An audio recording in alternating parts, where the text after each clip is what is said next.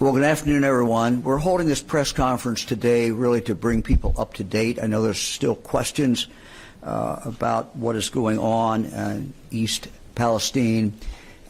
We've tried throughout this to continue to inform the public, everyone, but most particularly the people who are directly affected. So today I brought many members of our team together to talk about the current monitoring that's underway, and to really answer any outstanding questions that may still be out there. Today I have experts from the Ohio Environmental Protection Agency, the Ohio Department of Health, the Ohio Department of Natural Resources, the Ohio Department of Agriculture, Ohio Department of Public Safety, Ohio Emergency Management Agency, the Ohio Department of Transportation, and the Public Utilities Commission of Ohio. They are all in the room with me today.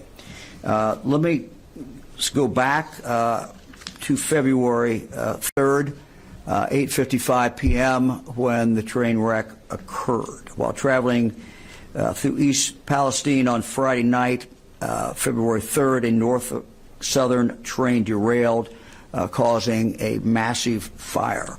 Around 50 railroad cars were impacted by the crash, including 10 that were hauling hazardous materials.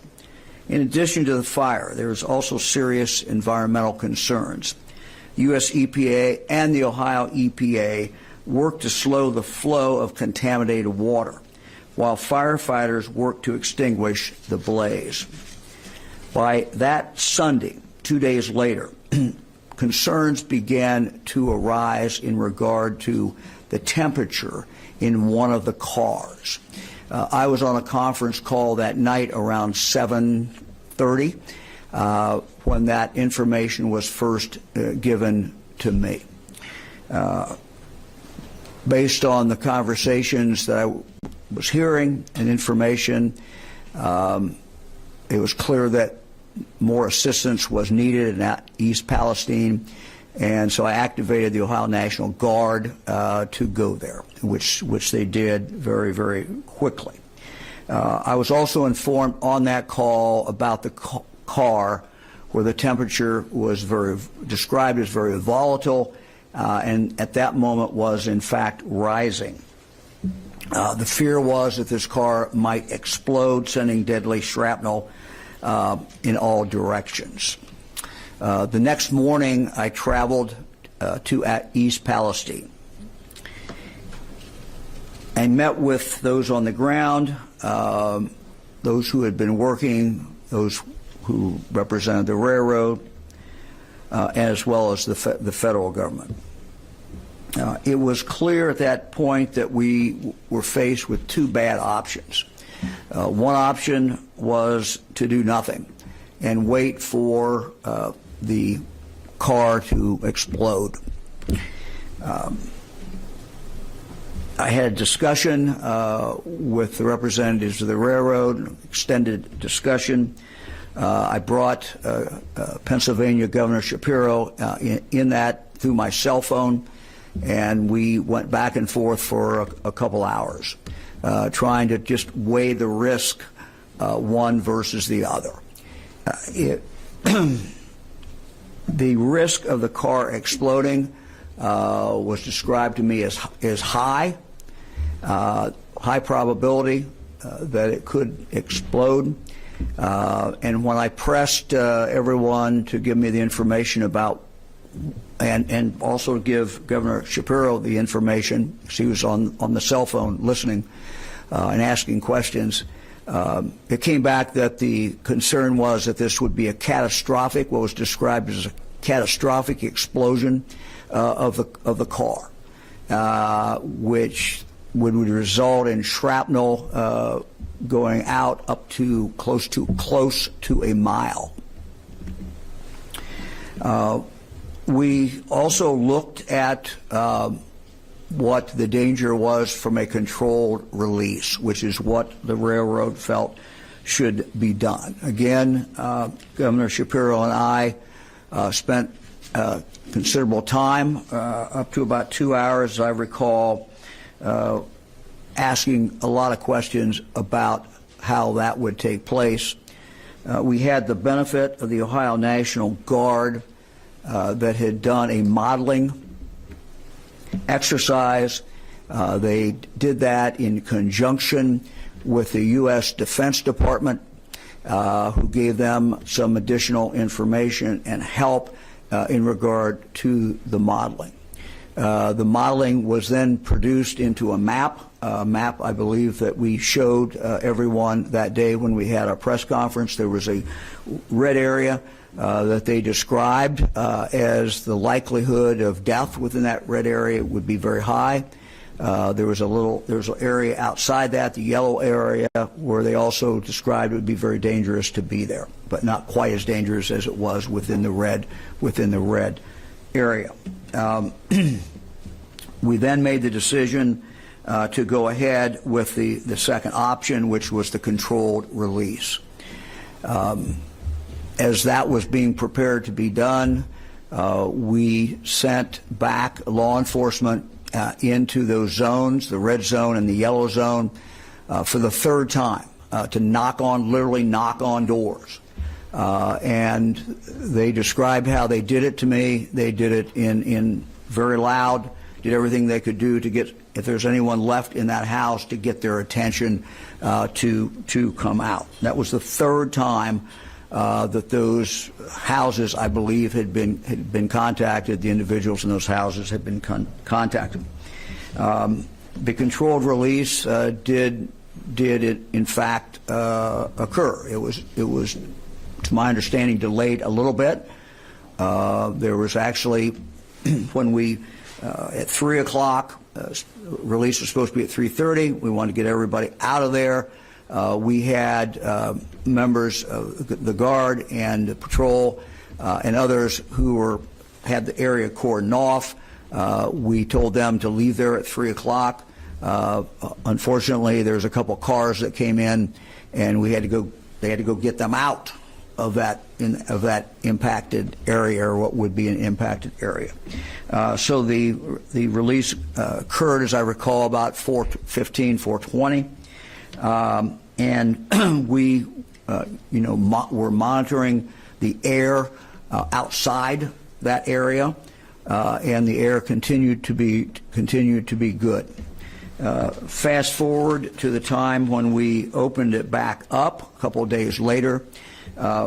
We had sent in members of the Ohio National Guard and had their protective suits on to measure the air.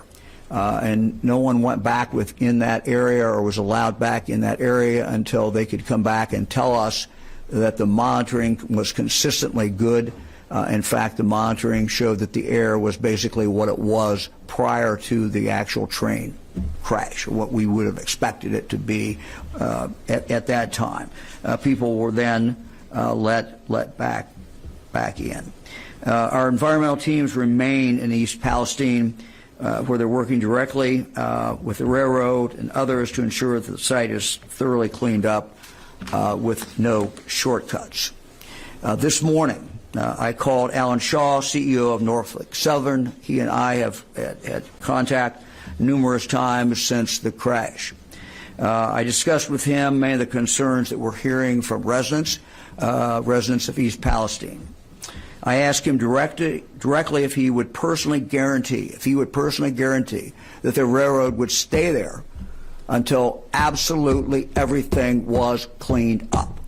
He gave me his word and his commitment that the railroad would do that. They would not leave until that was done.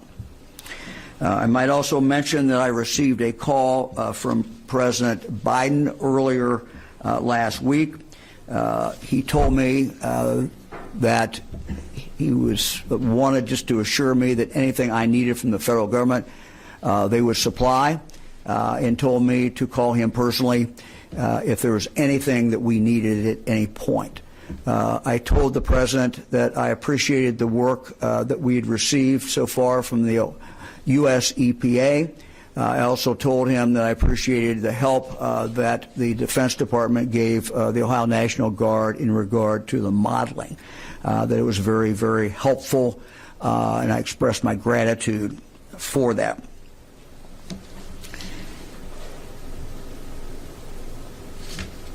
Let me also say that J.D. Vance and Congressman Johnson have been in touch with me. In fact, I just talked to both of them a moment ago again. They've expressed their interest in doing anything that needs to be done. I know Senator Brown has as well. And let me just now talk about something that I did learn today, which I think does impact Congress. I learned today from the PUCO, Ohio's PUCO, that this train was not considered high hazardous material train. Let me repeat this. This train apparently was not considered a high hazardous material train. Therefore, the railroad was not required to notify anyone here in Ohio about what was in the rail cars coming through our state. I would think that the members of Congress, and I would ask them to take a look at this. Even though some rail cars did have hazardous material on board, and while most of them did not, that's why it was not categorized as a high hazardous material train. Frankly, if this is true, and I'm told it's true, this is absurd, and we need to look at this, and Congress needs to take a look at how these things are handled. We should know when we have trains carrying hazardous material that are going through the state of Ohio. So I ask Congress to take a look at this and again see what they can find out, and if those facts as I related them are true, to take the appropriate action. So let me now get down to sharing the information that we have. Let me just state again, we will continue to do this. We're not leaving either. We're not leaving at East Palestine until everything is done.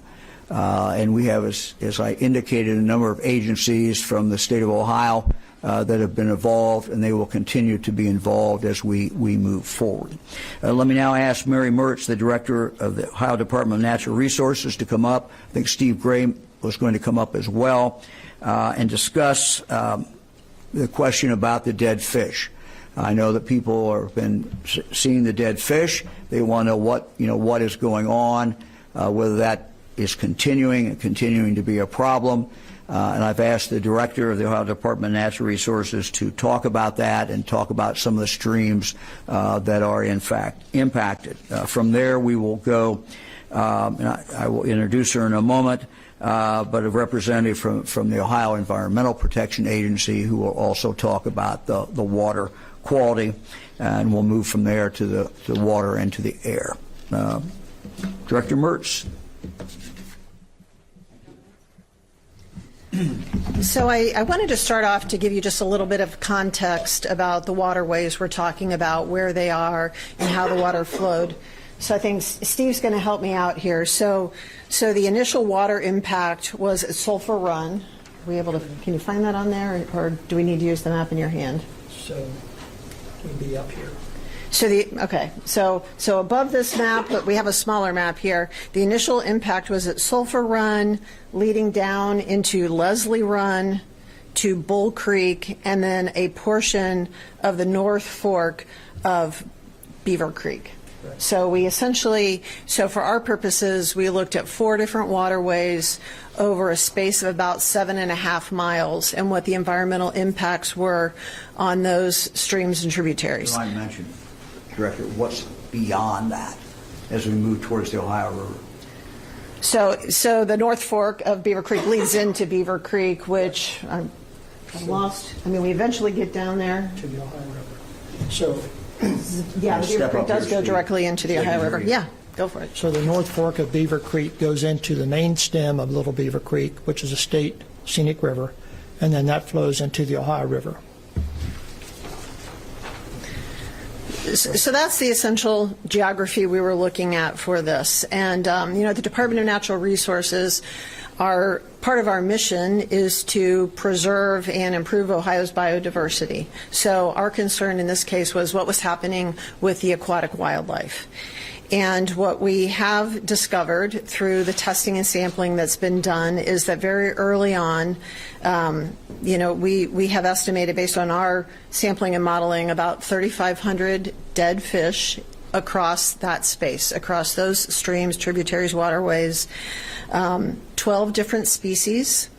The good news is that none of those species are threatened or endangered, but that is still a loss of wildlife, so of concern.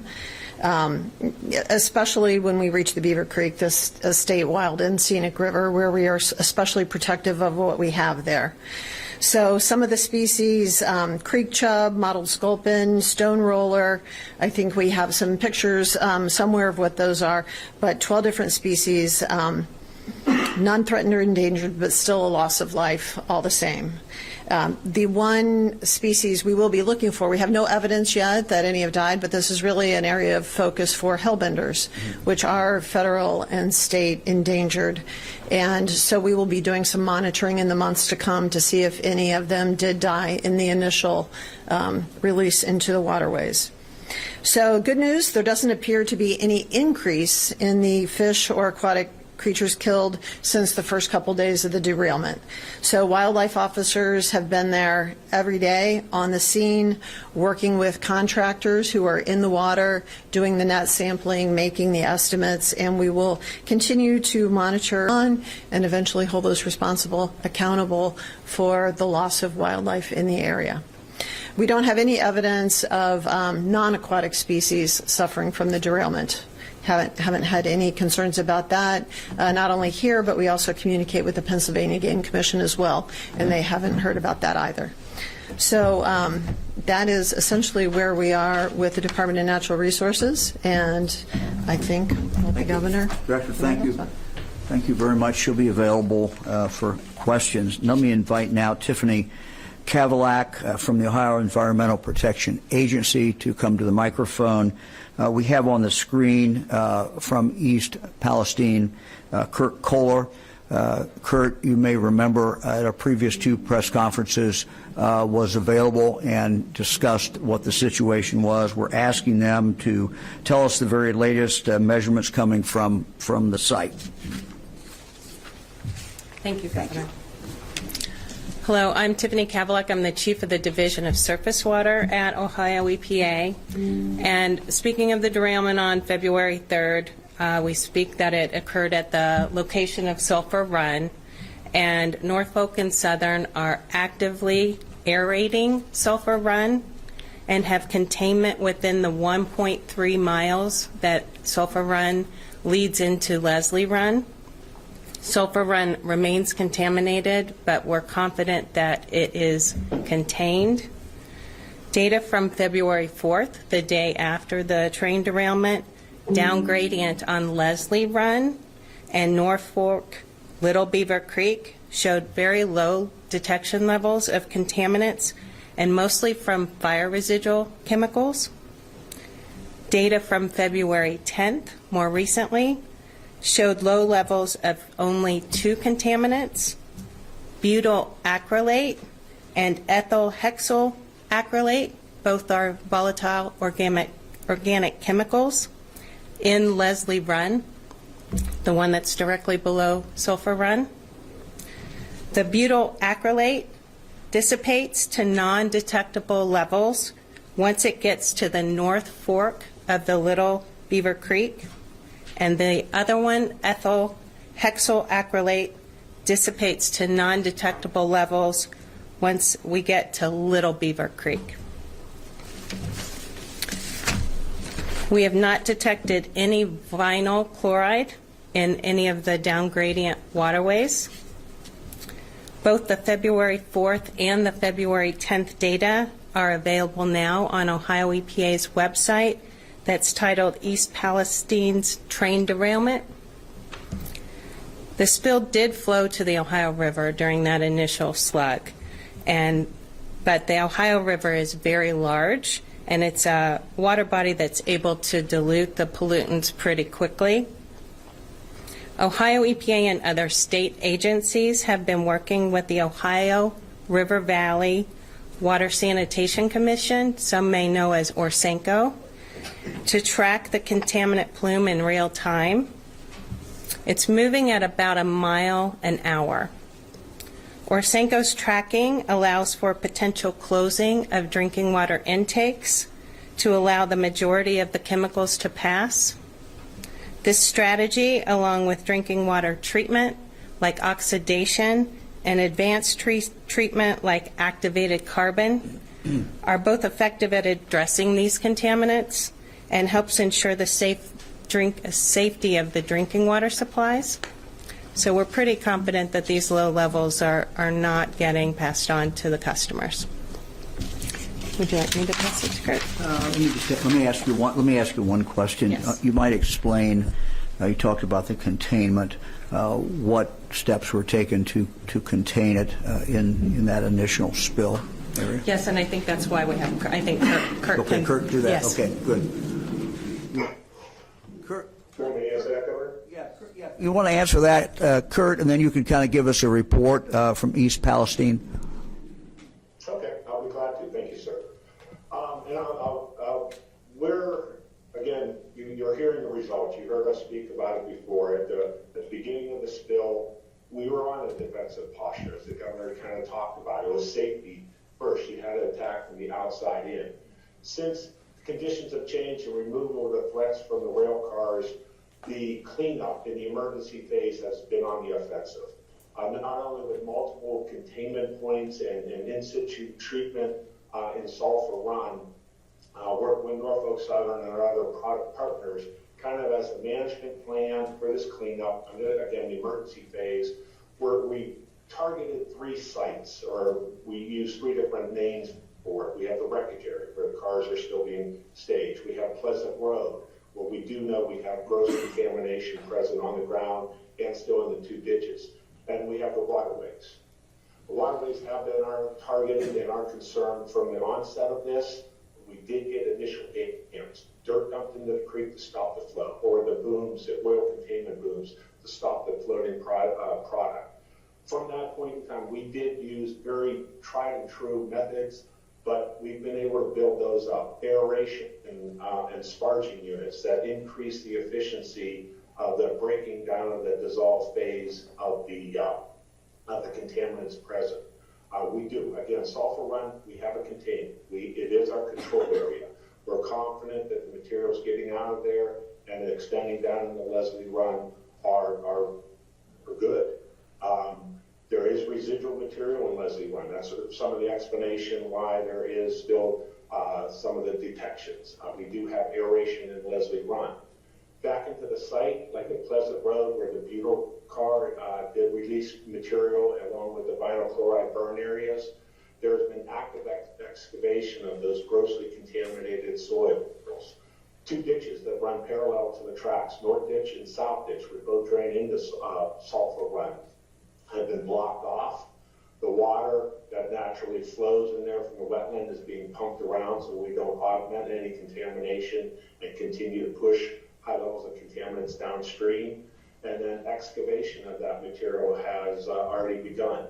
The center line of the track where butyl acrylate was puddled along with vinyl chloride residues is actively being excavated. It is a constant source reduction, again, with the target of moving over into the remediation phase. We're trying to get rid of, again, the high-level gross contamination. Ohio EPA's emergency response, along with other support from our multiple divisions, have boots on the ground all day, every day since the onset of this incident. I'm confident that we'll get it to a stage where it's safe to transfer over for remediation. Thank you very much. Let me ask you one question, and then if you'll stay around, because the media may have some questions for you when we finish. How far along is this removal of dirt? My understanding is they're going down 1 to 3 feet down into the ground, but how far along are they in regard to that?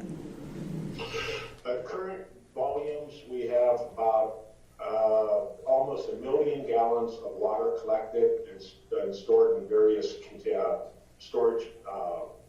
containers on site from a liquid waste standpoint. And then from the solids, if I remember, there's almost 500 cubic yards of vinyl chloride impacted material.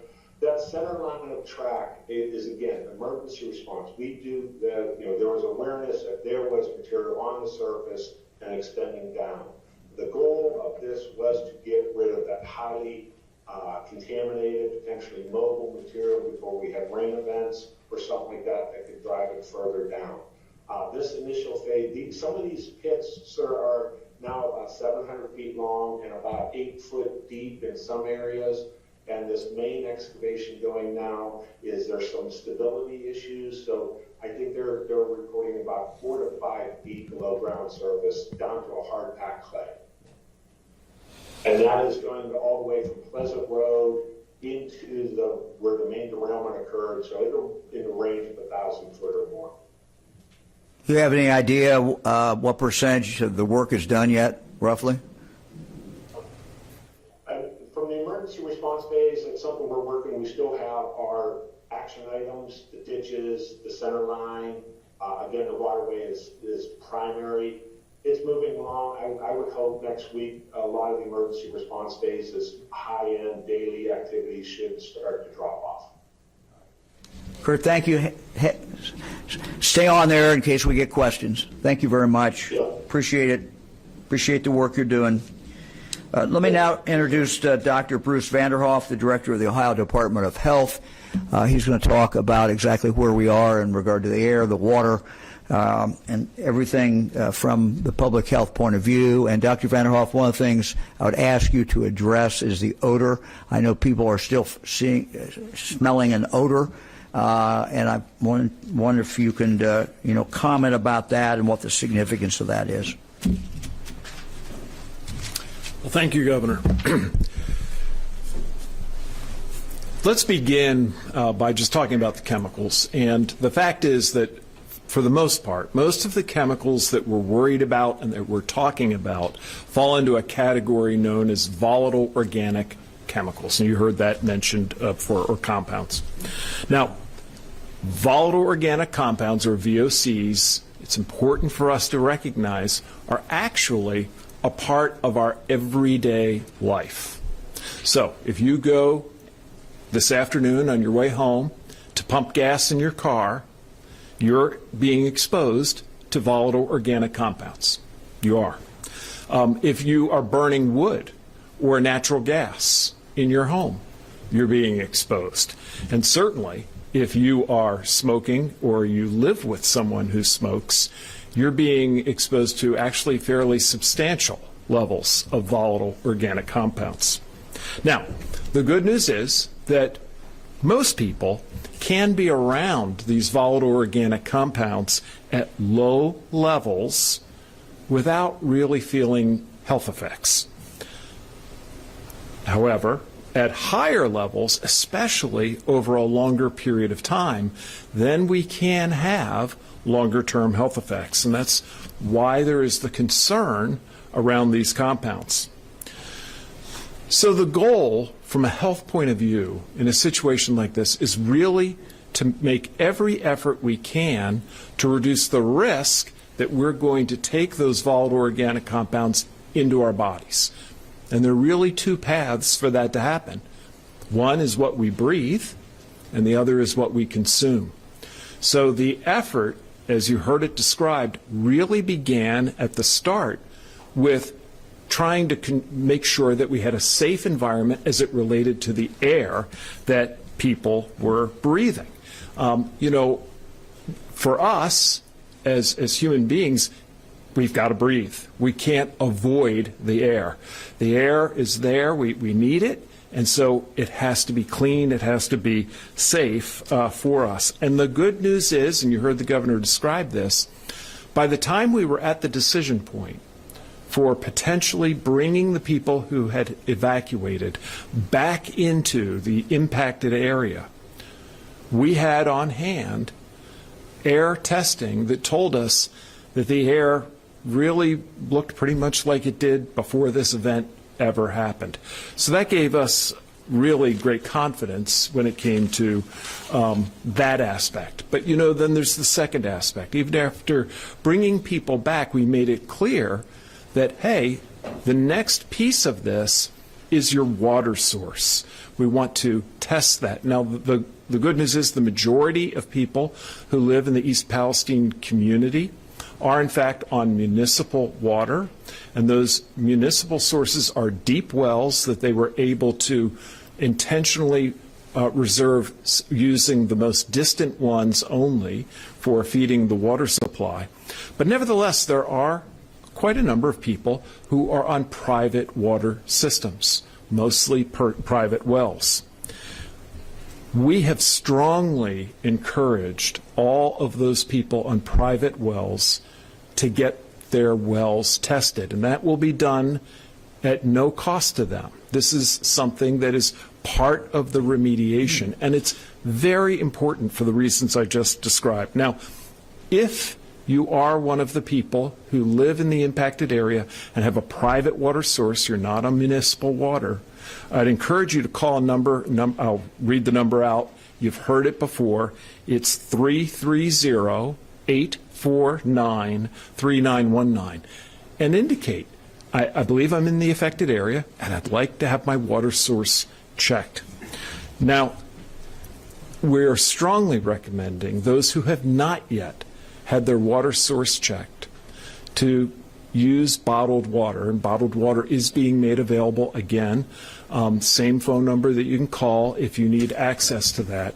This is going to be particularly important if you are pregnant, if you are breastfeeding, or if you are preparing formula for an infant. So we would encourage you to avail yourself of that water. The bottom line is that from the very start of this, we have taken every step possible to assure that people's safety was first and foremost. And that with the compounds that we're talking about, in consultation with experts at the national level, we have first made sure that we were providing a clean atmosphere, clean air, and now we are actively working to assure that people, for the long run, have clean water. Thank you, Governor. Thank you very much. We're happy to take any questions for anyone who's talked. Yeah.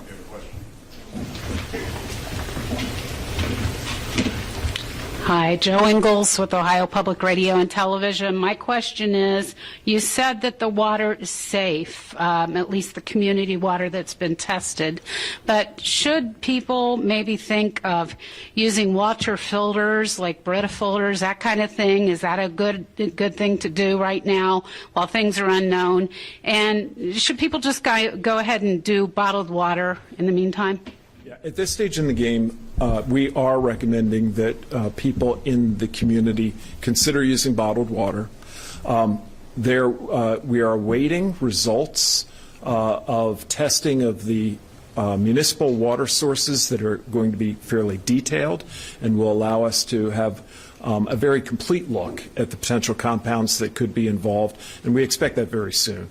From my point of view, using bottled water for a short period of time is pretty easy to do.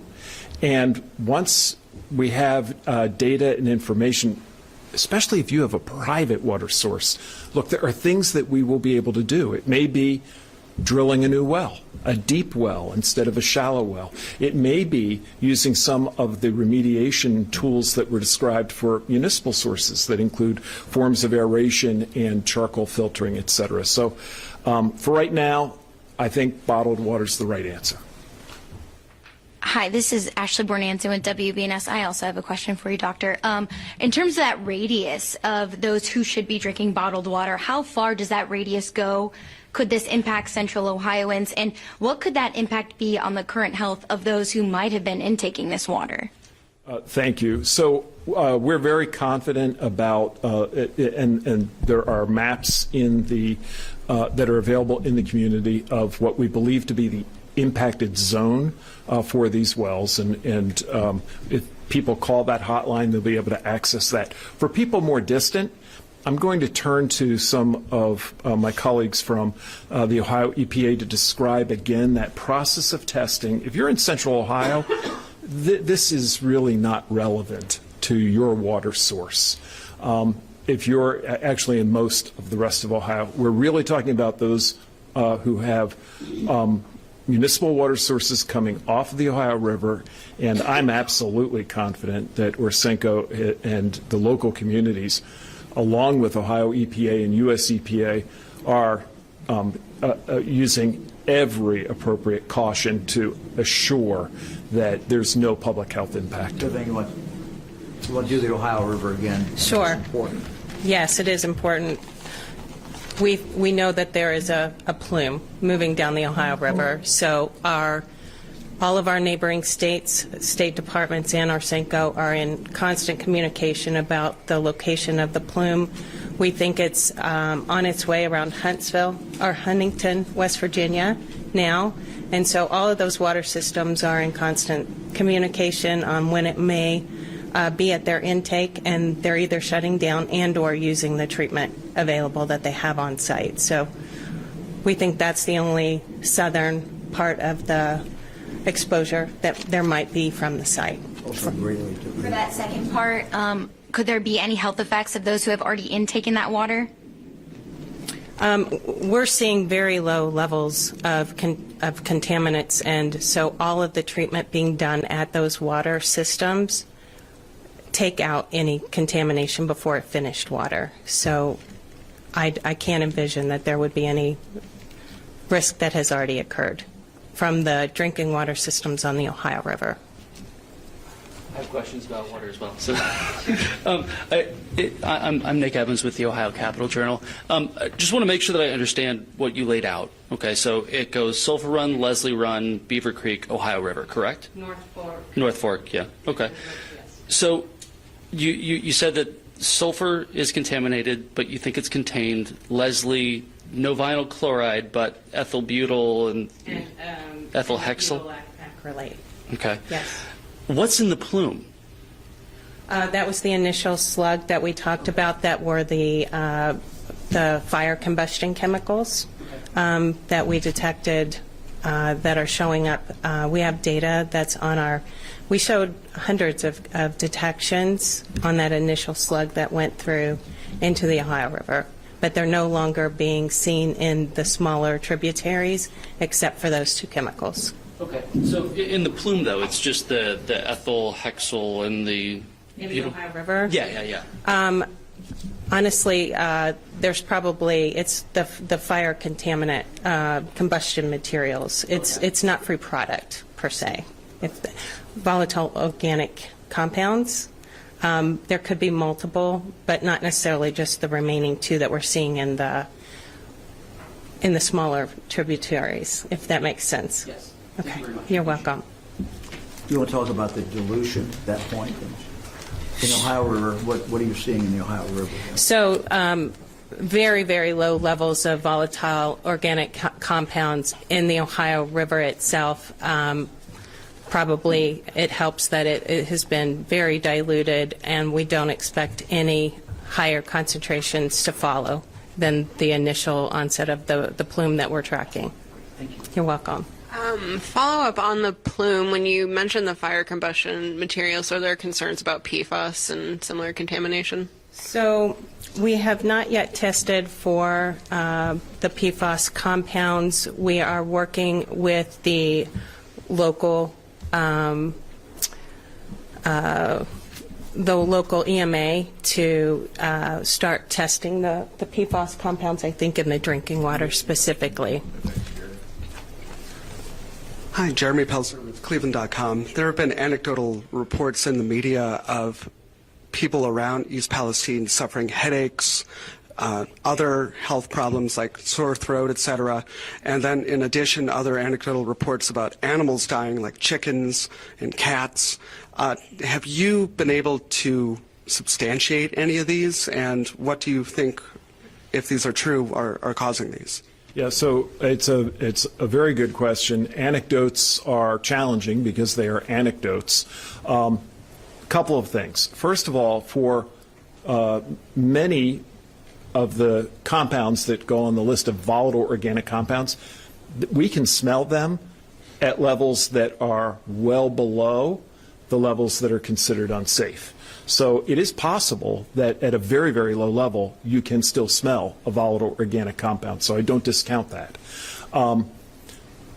In terms of some of the symptoms of headache, et cetera, unfortunately, volatile organic compounds share with a host of other things the ability to cause very common symptoms at the lower levels. So headache, eye irritation, nose irritation, et cetera. I think that we have to look at the measured facts. And the measured facts include the fact that the air sampling in that area really is not pointing toward an air source for this. And secondly, in terms of water, we're encouraging people to use bottled water, particularly if they're on a private water source. Now, could somebody have a private water source that could be contaminated and we haven't tested it yet? Well, it's a voluntary program, and that is possible. I would encourage them to make a switch immediately. Remember, with these compounds, it's not, in most circumstances, just about a single small exposure. It's an equation of concentration over duration. The higher the concentration, the longer the duration, the greater the risk. Everything that we've gathered thus far is really pointing toward very low measurements, if at all. And what I would encourage people who are having those symptoms to do is, number one, contact your medical provider, and number two, call the local hotline to let them know that you're experiencing this so a team can get out and check their environment.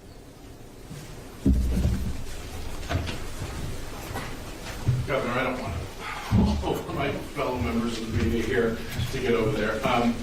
Senator Vance was on Fox News critical of the Biden administration, and even some Democrats have been critical of the Biden administration response. Are you satisfied with the Biden administration response, and is there anything you'd like to see more out of the administration as far as help with this?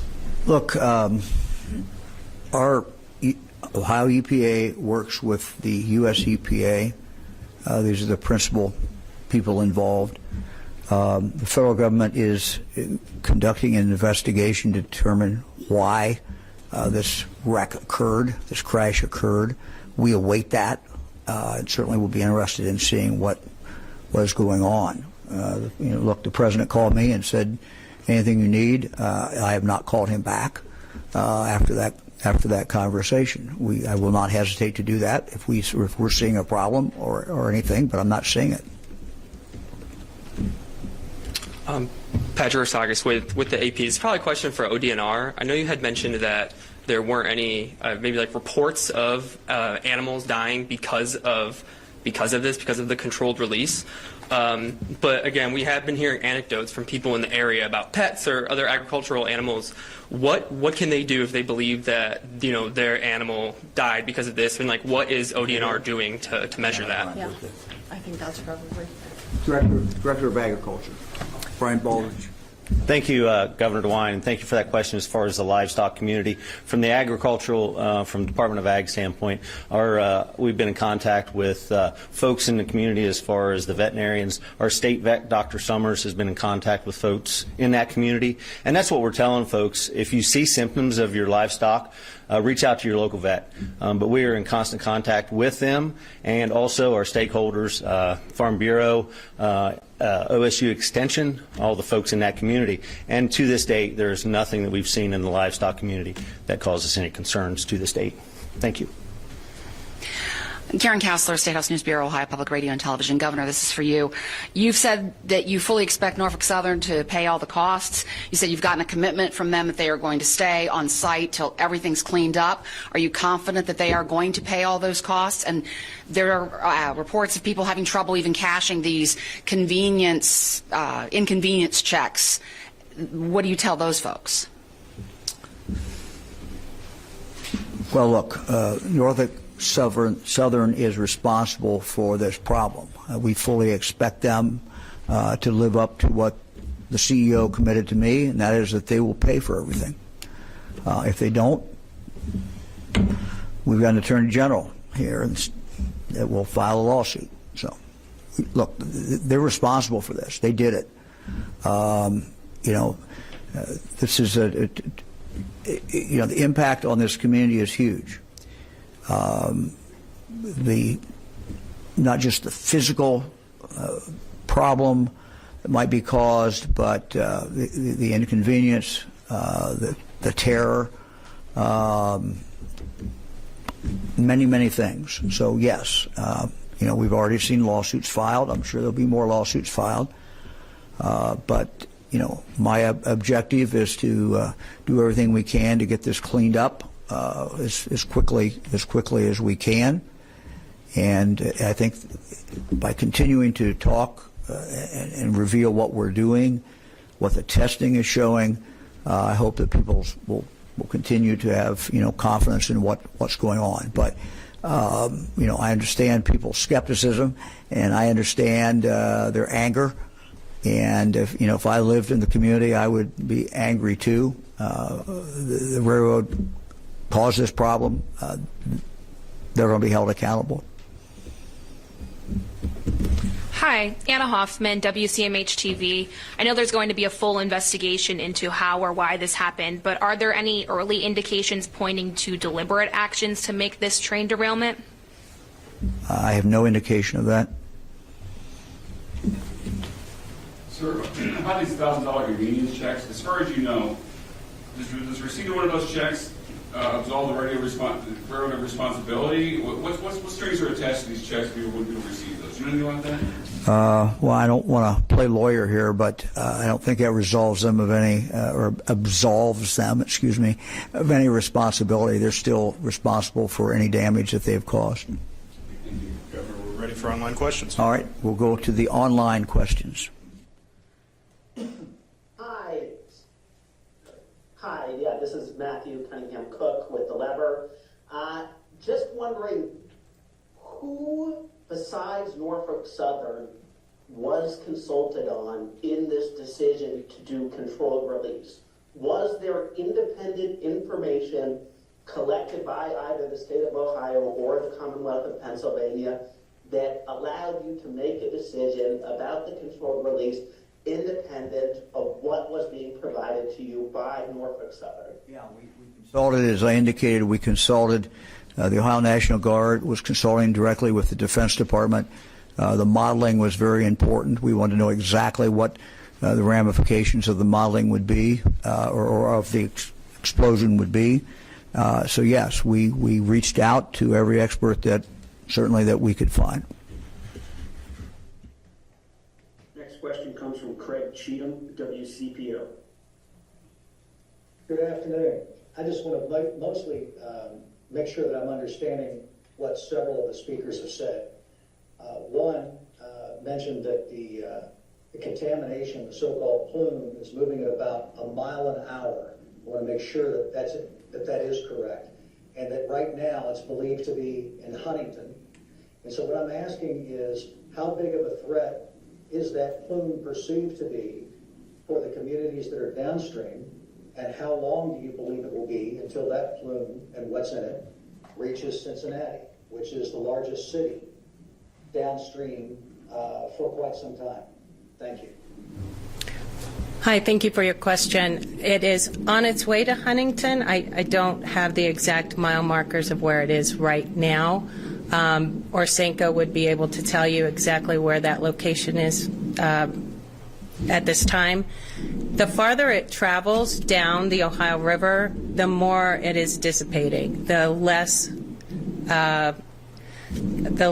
concentrated the contaminant plume is. So the farther it heads down the Ohio, the much less risk that it is, and we haven't seen a risk even at the most closest points to East Palestine. So we would not envision anything from this point forward impacting any of the further drinking water supplies. And I will say that the Cincinnati water plant themselves have been extraordinarily helpful in tracking the butyl acrylate chemical itself. It was a brand new chemical that we did not have a methodology for, and Cincinnati is performing that analysis for all of the drinking water systems north of the Ohio River.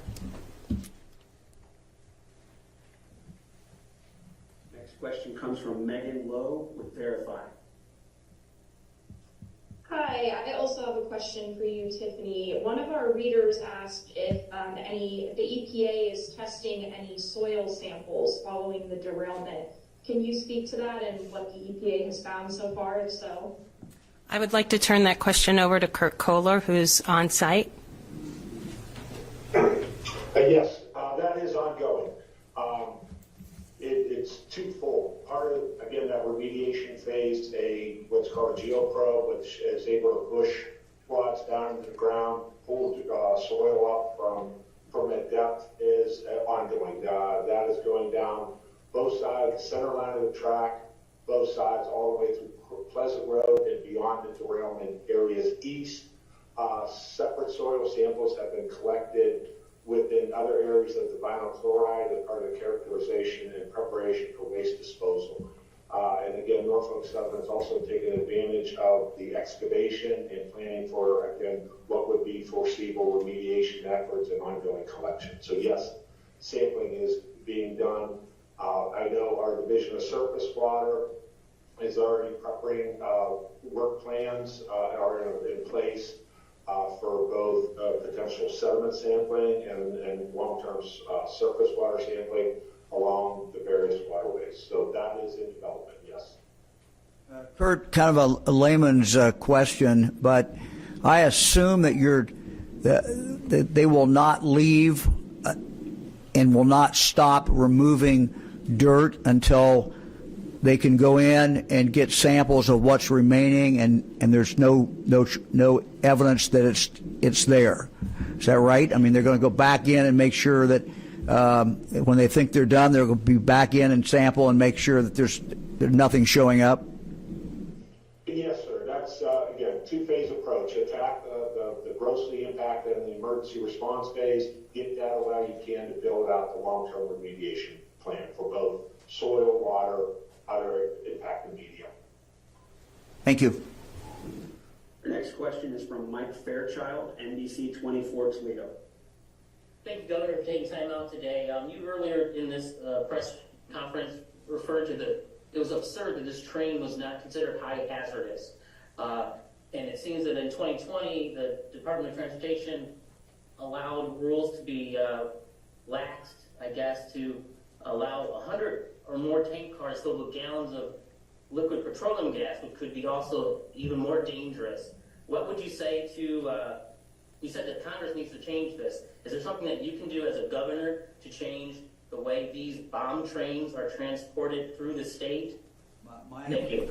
Yeah, my understanding when we're dealing with a railroad, governor's power is very limited. This is generally a federal government thing that they basically preempt us on the control of the railroads.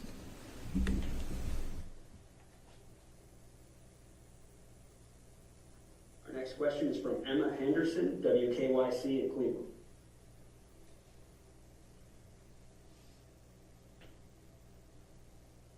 Emma, are you there? All right, we'll move on to Courtney DeGeorge with Fox News.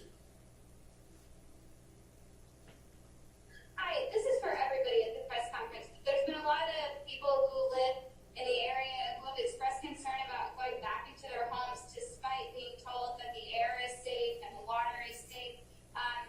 Can you just speak a little bit to the validity of some of their concerns that people are getting headaches and what that might mean in terms of long-term effects that this will have on their bodies? Should they be concerned about potential cancer clusters that might arise as a result years down the line? And also, Governor, if you were to live in the area, would you feel comfortable moving back into your home? Let me take the first part. Look, I think that I would be drinking the bottled water, and I would be continuing to find out what the tests were showing as far as the air. I would be alert and concerned, but I think I would probably be back in my house.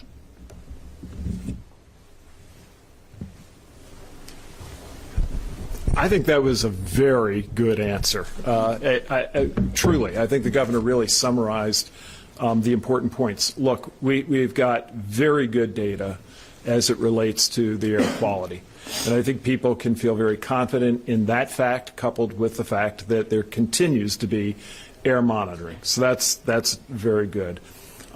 We have no indication that the municipal water supply is not safe. However, we do have testing that is pending, and I think it's a relatively easy thing to do to use bottled water for a short window of time. I think people should be confident that multiple agencies, both at the state and the national level, are very serious about this, are watching very closely, and are not allowing any wiggle room when it comes to safety. What is that expected range? The next question comes from Jordan Miller, WHBC Radio. Hi, thanks for taking my question today. My question is, will Norfolk Southern, are they going to pay for any autopsies for these animals that are being found dead? There's chickens that people are worried about. I know there's a report of a dog in the East Palestine area that has been circulating on social media. Is that something that people can confidently go to their vet for and turn over a bill? Whether the vet determines that the animal, the livestock passed away because of the chemical releases, whether they determine that or not, can they rely on Norfolk Southern to handle that bill? Yeah, let me ask the Director of Agriculture to answer that and to outline what the procedure is. There is a procedure built into our custom and into our law. Thank you, Governor. As far as the question, as far as the Ohio Department of Agriculture, we have a diagnostic lab, and it is run by our state vet, Dr. Summers. And as far as the policy and what we're telling the folks as far as the vets in the communities, I'm going to turn it over to Dr. Summers, who's a specialist in that area. Welcome. Thank you. Dr. Dennis Summers, State Veterinarian for Ohio. Yes, just in short to answer your question, animals that die for any reason, livestock, pets, first call should be to your private veterinarian to seek guidance and consultation for that. Our animal disease diagnostic lab is here to serve the livestock industries and companion owners to do necropsies and diagnostic testing for any cause of death. So we need to make sure that we're following the appropriate routing, that those samples that are being submitted or those animals that may be found dead for any reason do come in through a veterinarian to our animal disease diagnostic lab, and we would run them like we would any other normal sample. Thank you. Thank you. Thank you very much. Our next question is from Dan DeRoos, WOIO in Cleveland. Good afternoon, Governor. Thanks for taking the time for an update. The one thing that hasn't been discussed today is the giant column of doomsday-looking smoke that went up after the quote-unquote controlled release and burn. Are we just supposed to believe that that just disappeared, that went up into the atmosphere and just went away? That had to have come down somewhere. There has to be a blanket of whether it's soot or chemical, whether it was the wind sort of shifted that evening, so it kind of went instead of just to the south east, it kind of started to go straight east and then a little to the north.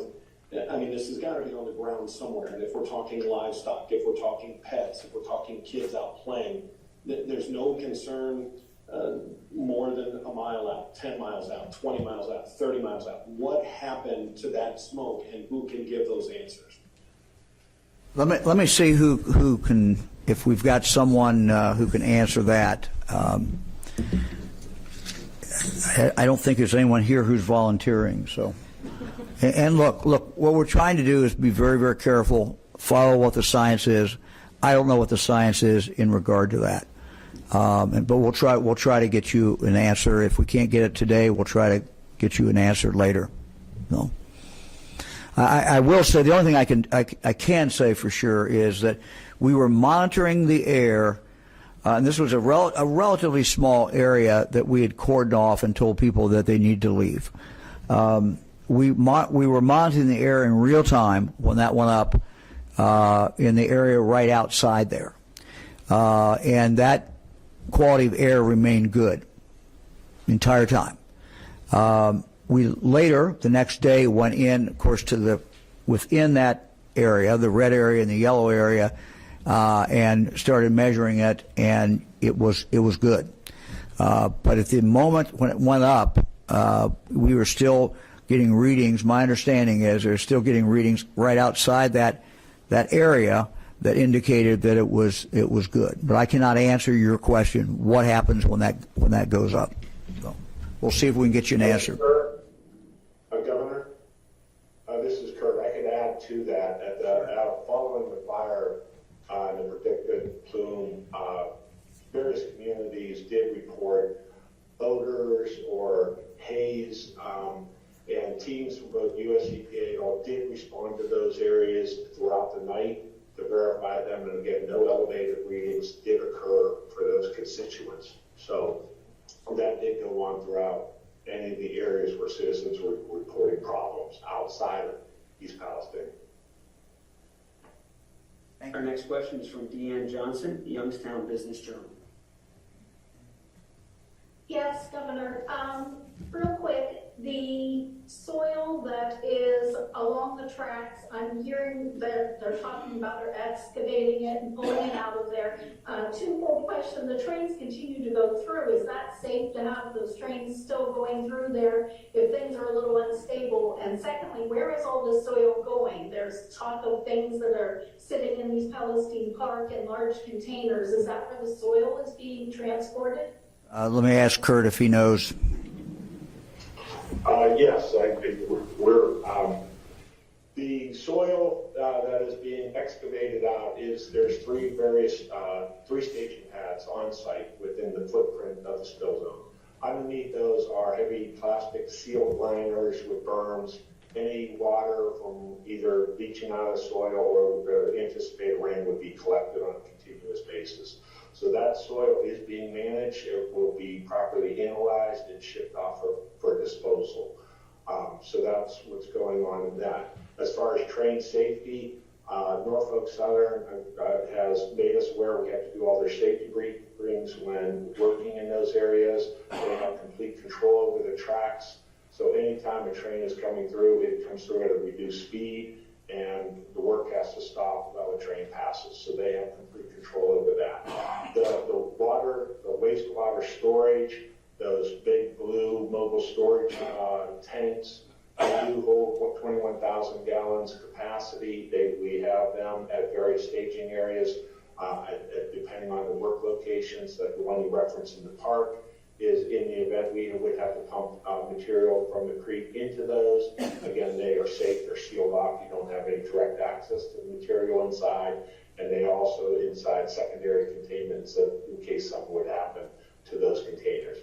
So that's how waste is being managed on site, and we work with Norfolk Southern daily on that to monitor. Like we have people from our hazardous waste unit group working with them directly, again, boots on the ground every day. Okay, our final question today is from Dylan Carr, the Ashland Source. Hi, thanks for taking my question here. We have readers in Ashland, Richland, and Knox counties. They've expressed concern in the air and water quality in the aftermath of this. How concerned, if at all, should these people be? And if they should be concerned, even just a little bit, what steps should they take in terms of obtaining testing kits or anything like that? We'll start with the surface water. As you saw from the maps that we showed, the surface water is heading southeast to the Ohio River. So the locations that you mentioned should not receive any contaminated surface water in their area. But I'll let Dr. Vanderhoff talk about the air. Yeah, I think that they can feel very confident. Again, we have to think about the dilutional effects that happen as well as the predominant winds. I would not consider those communities to be at high risk. And again, we've been very careful about the water. We will learn more as we are doing the surrounding private water well testing. But again, their underground water sources are not in the zone that we would expect to be affected. Doctor, we've had a request for you to repeat the number if someone wants testing. Yeah, sure, I do have that. And I put my notes away, so let me grab it here. It is 330. Let's see here.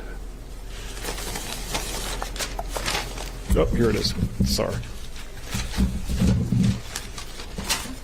330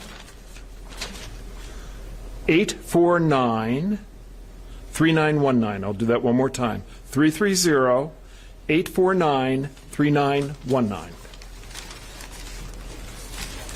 Anybody else? If you find positive tests in private wells, will that be made public? Yes. Yes. I assume so. Yeah. Anybody else? How long are we estimating people will have to drink that bottled water? So a part of the challenge is people signing up. This is a voluntary activity. So if you've got a private water system and have not called the number to get on the list to get tested, please do. The turnaround time does not appear to be long, but it is a matter of days. So we'd like people to sign up for that testing in that area as soon as possible. This is related, but unrelated, I guess. There were reports that you were not necessarily looking at any sort of action regarding the Adjutant General and the reporter who was arrested. Is there going to be anything after this? Well, as you know, this matter is turned over by the local county prosecutor to the Attorney General. I remain, I have the same opinion I had the first day, and that is that I would hope that charges would be dropped. I think that would be the best thing. Whatever happened after the general walked away, the reality is that the reporter should not have been stopped, period. So it shouldn't even started that way. And I understand, people may have different feelings about what happened afterwards, but the initial stop, the initial confrontation, or the initial contact never should have occurred. So taking that into consideration, it seems to me that everyone would be better off if we just, if the Attorney General could see fit not to proceed with any kind of prosecution. Have you talked to the Adjutant General about the initial confrontation? Yes. Yes. Look, I think the general, regrets that. I explained to him, how press conferences work, and that frankly that sometimes during a live press conference, someone will be reporting directly. Someone could be right now standing back there and reporting if they wanted to, and that's they have the right to deliver the news however they want to deliver the news. So yes, we've had a conversation, and he regrets the whole situation. So. We will continue to keep you apprised. We don't plan at least on doing a press conference every day. What we do plan on doing is every day, at least once a day, release the information, any new information that we have. So you can expect that to come from the governor's office. You can expect that to come as a kind of a day's summary of what is going on. That does not mean there won't be other information that's posted in different forms, but coming out of the governor's office, we're going to try to summarize it once a day, get it to you in time so that you can utilize that. So thank you all very much. All right.